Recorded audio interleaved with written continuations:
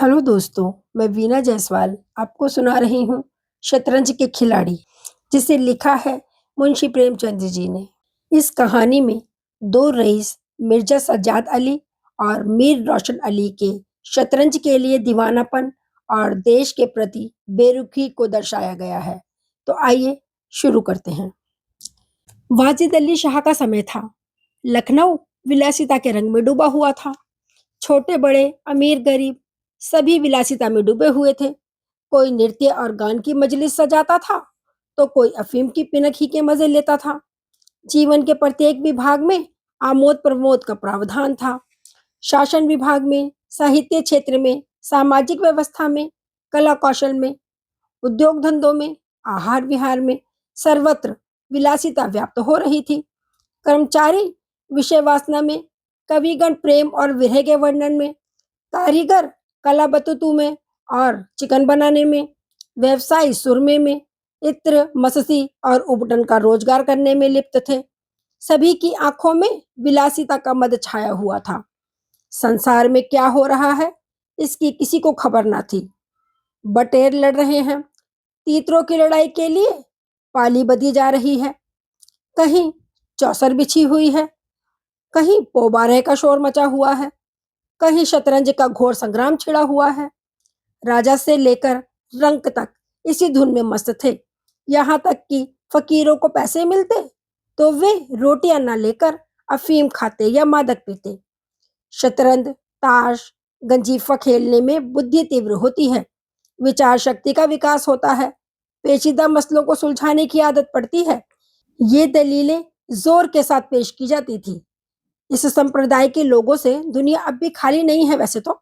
इसीलिए अगर मिर्जा सज्जाद अली और मीर रोशन अली अपना अधिकांश समय बुद्धि तीव्र करने में व्यतीत करते थे तो किसी विचारशील पुरुष को क्या आपत्ति हो सकती थी। दोनों के पास मौरूसी जागीरें थी, जीविका की कोई चिंता न थी। घर में केवल चौखौतियां करते, आखिर और करते ही क्या। प्रातःकाल दोनों मित्र नाश्ता करके बिसात बिछाकर बैठ जाते, मोहरे सज जाती और लड़ाई के दांव पेच होने लगते। फिर खबर ना होती थी कि कब दोपहर हुई और कब तीसरा पहर और कब शाम हो गई। घर के भीतर से बार बार बुलावा आता था, खाना तैयार है। यहाँ से जवाब मिलता, चलो आते हैं, दस्तरखान बिछवाओ। यहाँ तक कि बावर्ची विवश होकर कमरे ही में खाना रख जाता था और दोनों मित्र दोनों काम साथ साथ करते थे। मिर्जा सज्जाद अली के घर में कोई बड़ा बूढ़ा ना था, इसीलिए उन्हीं के दीवान खाने में बाजियां होती थी। मगर ये बात ना थी कि मिर्जा के घर के और लोग उसके इस व्यवहार से खुश हों।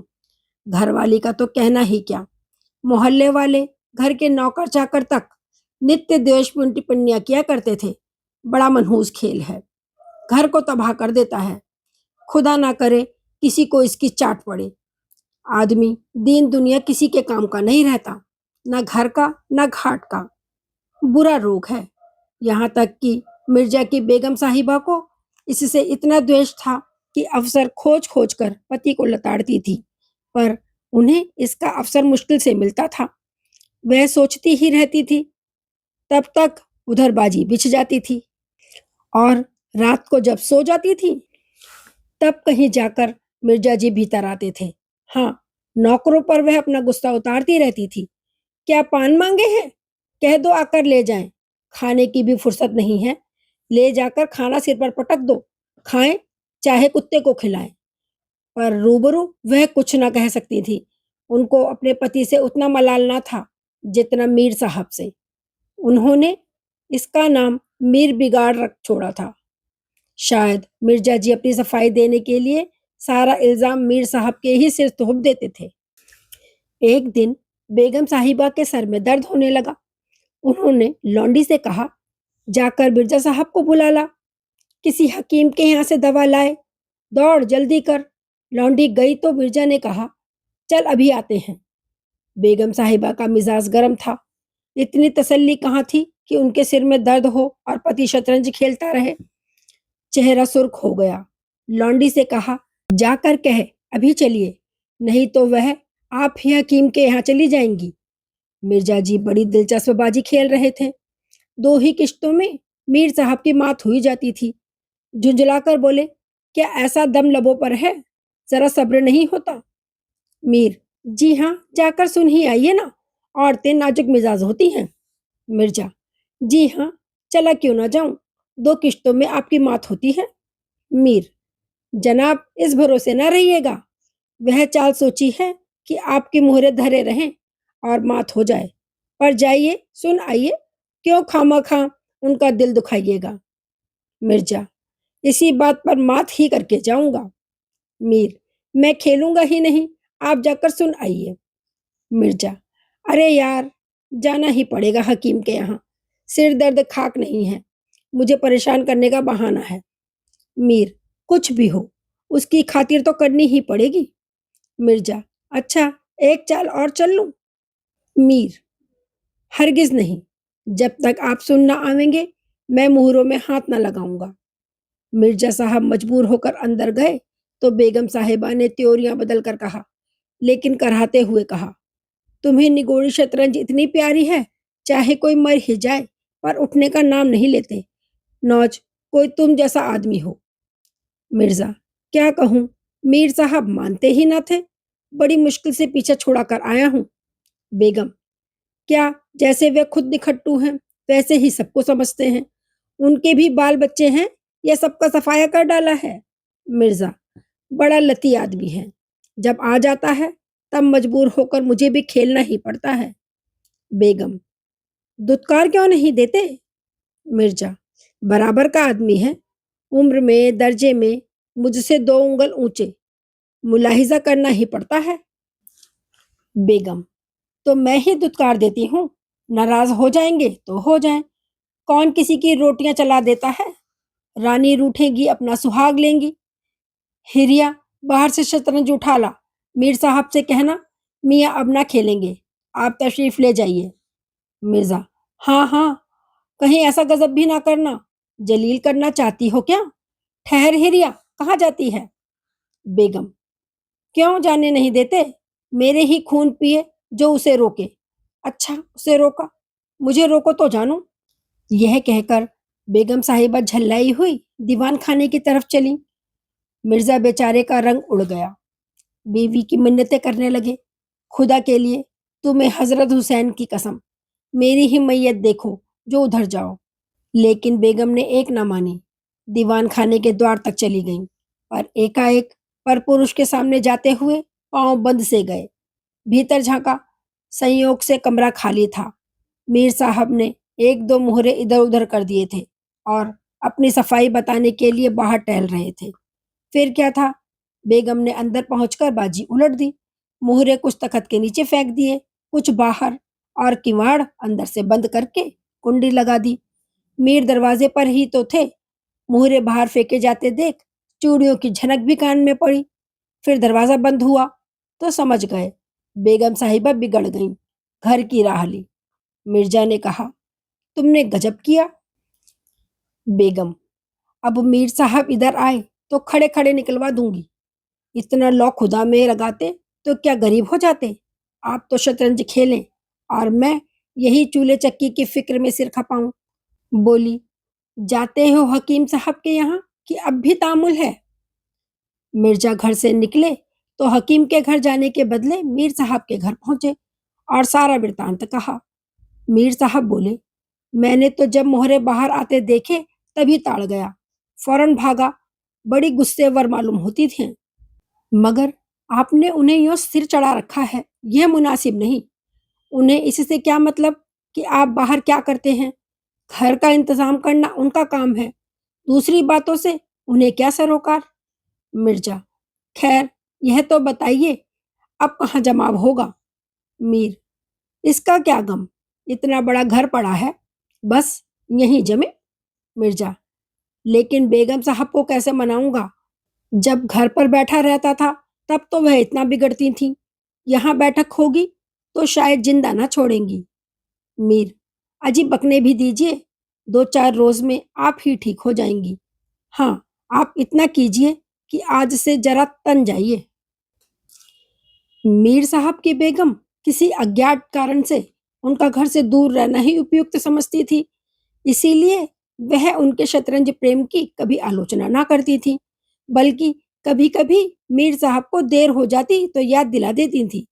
इन कारणों से मीर साहब को भ्रम हो गया था कि मेरी स्त्री अत्यंत विनयशील और गंभीर है। लेकिन जब दीवान खाने में बिसात बिछने लगी और मीर साहब दिन भर घर में रहने लगे, तो उन्हें बड़ा कष्ट होने लगा। उनकी स्वाधीनता में बाधा पड़ गई। दिन भर दरवाजे पर झांकने को तरस जाती। उधर नौकरों में कानाफूसी होने लगी।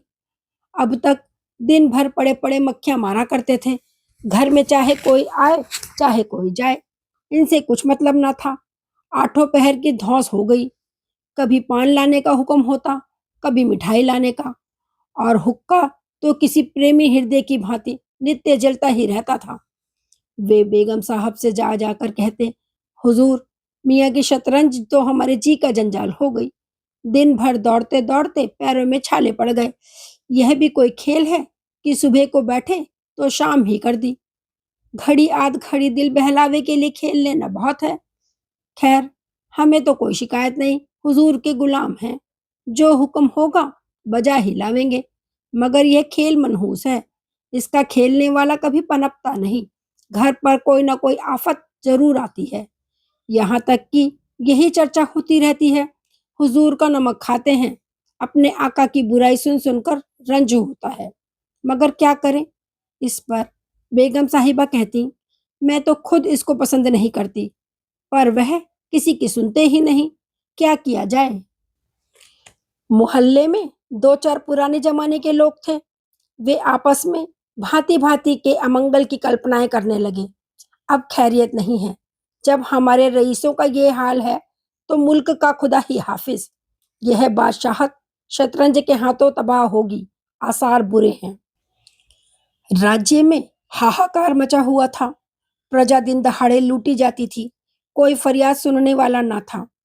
देहातों की सारी दौलत लखनऊ में खिंची चली आती थी, और वह वैश्याओं में, भांडों में और विलासिता के अन्य अंगों की पूर्ति में उड़ जाती थी। अंग्रेजी कंपनी का ऋण दिन पर दिन बढ़ता जाता था। कमली दिन दिन भोग कर भारी होती जाती थी। देश में सुव्यवस्था न होने के कारण वार्षिक कर भी न वसूल होता था। रेजिडेंट बार बार चेतावनी देता था, पर यहाँ तो लोग विलासिता के नशे में चूर थे। किसी के कानों पर जू न रेंगती थी। खैर, मीर साहब के दीवान खाने में शतरंज होते कई महीने गुजर गए।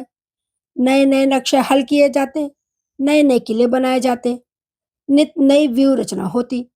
कभी कभी खेलते खेलते भीड़ हो जाती, तू मैं तक की नौबत आ जाती, पर शीघ्र ही दोनों में मेल हो जाता। कभी कभी ऐसा भी होता कि बाजी उठा दी जाती। मिर्जा जी रूठ कर अपने घर चले जाते। मीर साहब अपने घर में बैठते, पर रात भर की निद्रा के साथ सारा मनोमालिन्य शांत हो जाता था। प्रातःकाल दोनों मित्र दीवान खाने में आ पहुंचते थे। एक दिन दोनों मित्र शतरंज के दलदल में गोते खा रहे थे कि इतने में घोड़े पर सवार एक बादशाही फौज का अफसर मीर साहब का नाम पूछता हुआ आ पहुंचा। मीर साहब के होश उड़ गए। यह क्या बला सिर पर आई।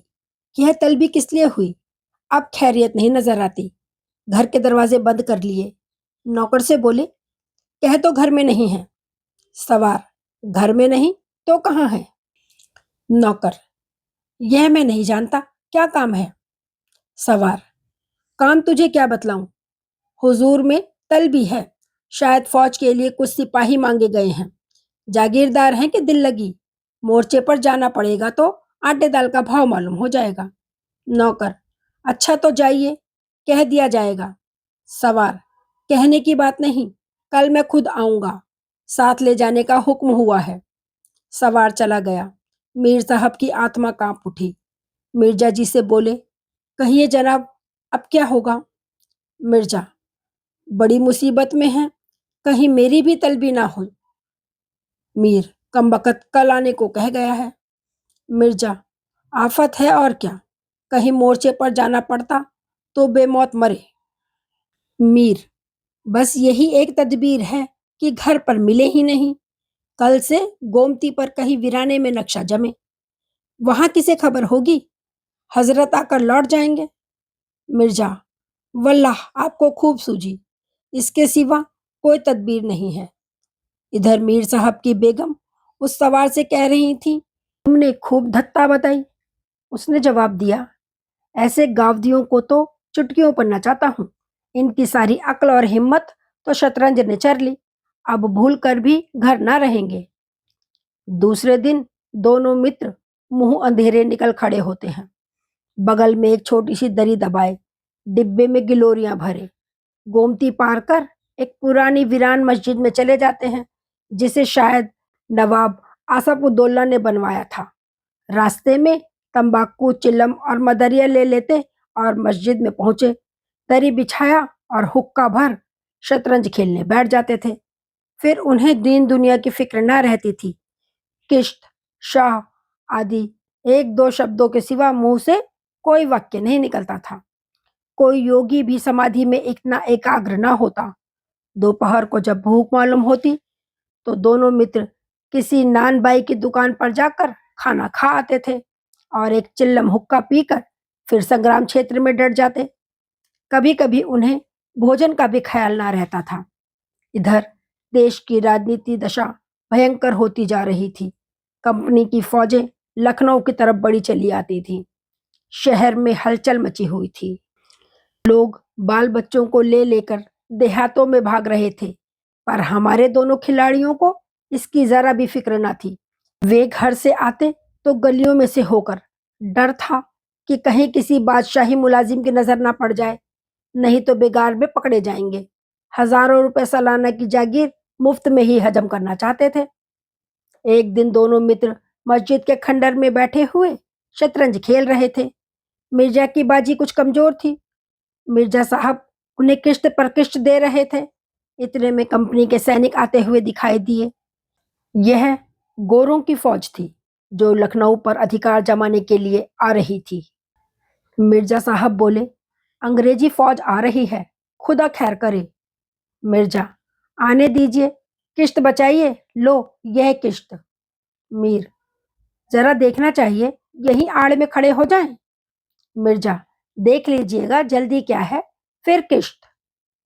मीर, तोप खाना भी है, कोई 5,000 आदमी होंगे, कैसे जवान हैं, लाल बंदरों से मुंह हैं, सूरत देखकर खौफ होता है। मिर्जा, जनाब हिले ना कीजिए, ये चकमे किसी और को दीजिएगा, यह किश्त। मीर, आप भी अजीब आदमी हैं, यहाँ तो शहर पर आफत आई हुई है और आपको किश्त की सूझी है। कुछ इसकी खबर है कि शहर घिर गया तो घर कैसे चलेंगे। मिर्जा, जब चलने का वक्त आएगा तो देखी जाएगी, यह किश्त, बस अब की शय में मात है। फौज निकल गई। 10 बजे का समय था। फिर बाजी बिछ गई। मिर्जा बोले, आज खाने की कैसी ठहरेगी। मीर, अजी, आज तो रोजा है, क्या आपको भूख ज्यादा मालूम होती है। मिर्जा, जी नहीं, शहर में जाने क्या हो रहा है।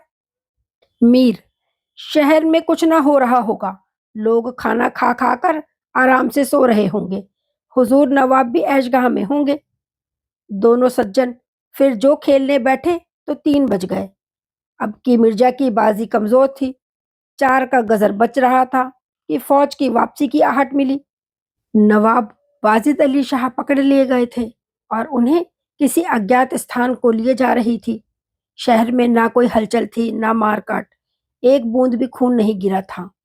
आज तक किसी स्वाधीन देश के राजा की पराजय इतनी शांति से, इस तरह बिना खून बहाए, यह अहिंसा न थी जिस पर देवगण प्रसन्न होते हैं।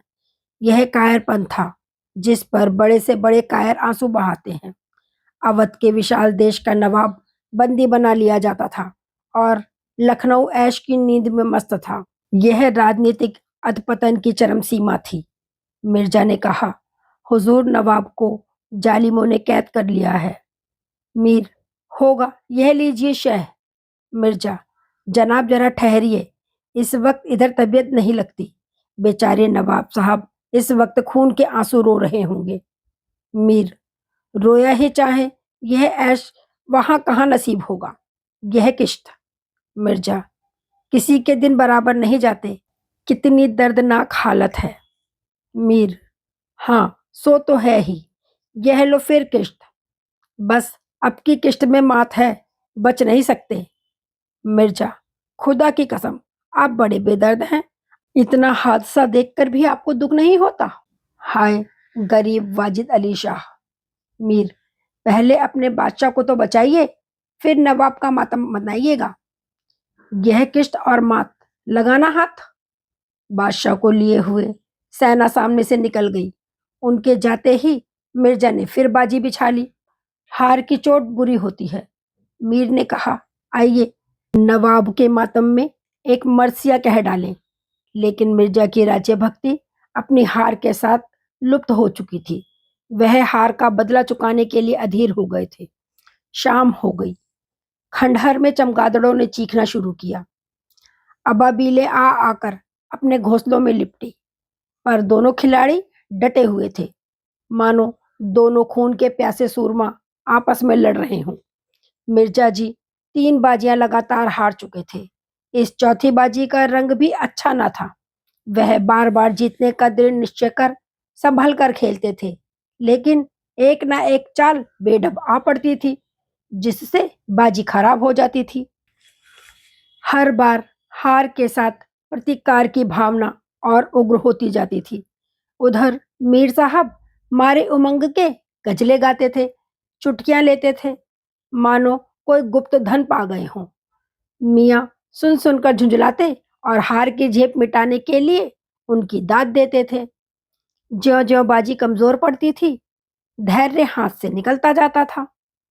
यहाँ तक कि वह बात-बात पर झुंझलाने लगे, जनाब, आप चाल ना बदला कीजिए। यह क्या कि चाल चले और फिर उसे बदल दिया। जो कुछ चलना है, एक बार चल दीजिए। यह आप मुहरे पर क्यों हाथ रखे हुए हैं? मुहरे छोड़ दीजिए। जब तक आपको चाल ना सूझे, मुहर छूइए ही नहीं। आप एक-एक चाल आध-आध घंटे में चलते हैं। इसकी सनद नहीं। जिसे एक चाल चलने में 5 मिनट से ज़्यादा लगे, उसकी मात समझी जाए। फिर आपने बात बदली, चुपके से मुहर वहीं रख दीजिए। मीर साहब का फर्जी पिटता था। बोले, मैंने चाल चली ही कब थी? मिर्जा, आप चाल चल चुके हैं। मोहरा वहीं रख दीजिए, उसी घर में। मीर, उसमें क्यों रखूं? हाथ से मोहरा छोड़ा कब था? मिर्जा, मोहरा आप कयामत तक ना छोड़े तो क्या चाल ही रहेगी? फर्जी पिटते देखा तो धांधली करने लगे। मीर, धांधली आप करते हैं। हार जीत तकदीर से होती है, धांधली करने से कोई नहीं जीतता। मिर्जा, तो इस बाजी में आपकी मात हो गई? मीर, मुझे क्यों मात होने लगी? मिर्जा, तो आप मोहरा उसी घर में रख दीजिए जहां पहले रखा था। मीर, वहां क्यों रखूं? नहीं रखता। मिर्जा, क्यों ना रखिएगा, आपको रखना होगा। तकरार बढ़ने लगी। दोनों अपनी अपने टेक पर अड़े थे। न ये दबता था, न वह। अप्रासंगिक बातें होने लगी। मिर्जा बोले, किसी ने खानदान में शतरंज खेली होती तब तो इसके कायदे जानते। वे तो हमेशा घास छीला किए। आप शतरंज क्या खेलिएगा? सियासत और ही चीज है। जागीर मिल जाने से ही कोई रईस नहीं हो जाता।